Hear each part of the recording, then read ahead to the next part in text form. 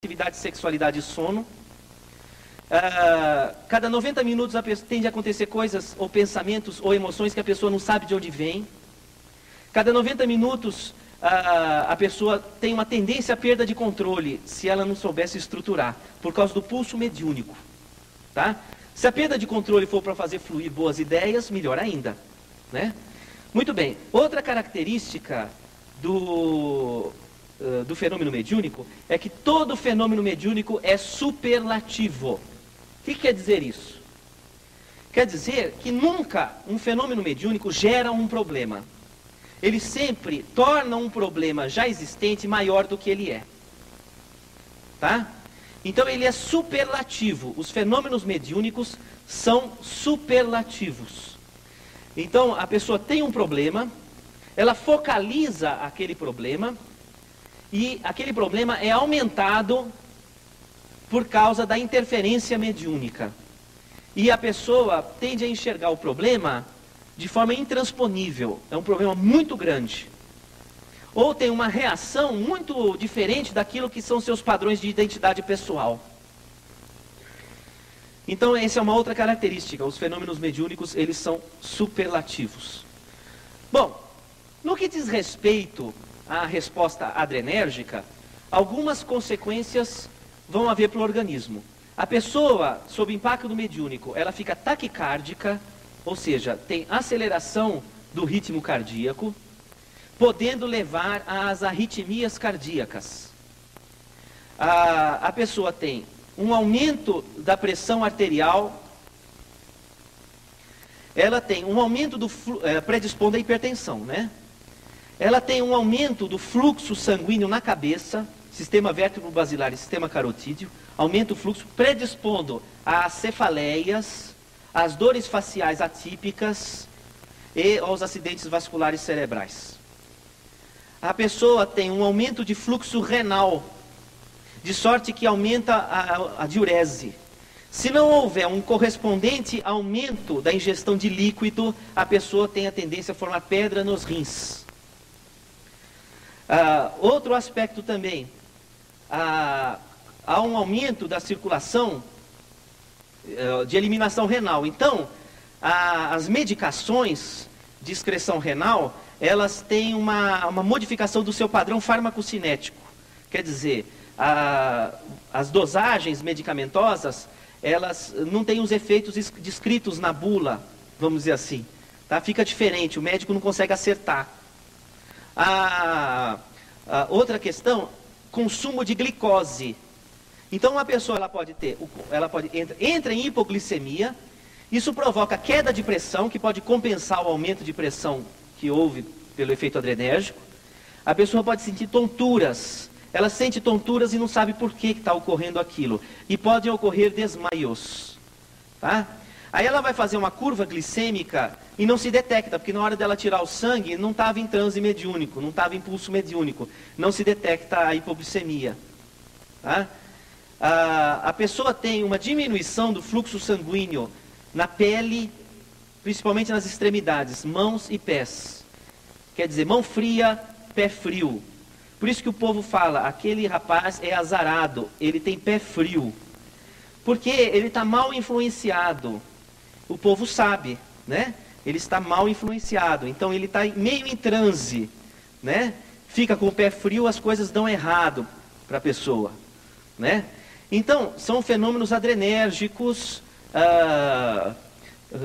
ligados à resposta mediúnica. Também, se o médium ele for muito doador de ectoplasma, ele vai ter uma tendência a formar secreções. Tá? Eu estou só passando um resumo, tá? Mas a gente vai trabalhar isso ipsis literis. Tende a formar secreções. Então, isso é tão assim gritante que, por exemplo, o médium ele está tendo coriza na sala de passe, por exemplo, e está tendo muita secreção. À medida que ele acelera o trabalho de doação energética, passa a secreção. Passa. Também o ato mediúnico melhora o padrão respiratório. Tá? Ele é broncodilatador, o fenômeno mediúnico. para os asmáticos. Tá? Por isso que todo o desenvolvimento mediúnico envolve, muitas vezes, distúrbios respiratórios, desde uma gripe, uma bronquite asmática, uma pneumonia, dependendo de como a pessoa está lidando com aquela trajetória. Um outro aspecto do fenômeno mediúnico. Para isso eu vou precisar contar uma história. Veja, quando Freud colocava o paciente no divã, por que o Freud colocava o paciente no divã? Para ele relaxar. Porque ele percebia que quando o paciente relaxava, ele entrava naquele descenso eletrofisiológico. Então ele entrava numa predisposição ao transe. Quando ele entrava na predisposição ao transe, as questões psíquicas mais íntimas vinham com mais facilidade à memória da pessoa e ela acabava falando. Eram os atos falhos ou insights. Esse fenômeno que ocorria no divã de Freud acontece na sala de passe, na sala mediúnica, elevado à enésima potência, infinitamente aumentado. Então uma pessoa, quando ela está vivenciando a mediunidade de forma mais trabalhada, emerge das profundezas de seu psiquismo tudo o que você tem de bom e tudo o que você tem de ruim vem à tona.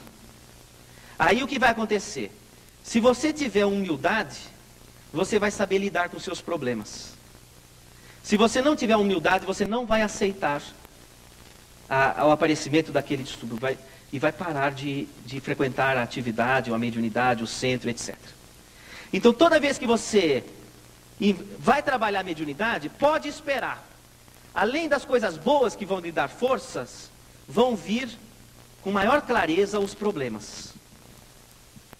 De sorte que, antigamente, a gente pensava assim, o centro espírita, ele vai tirar o papel do psicólogo.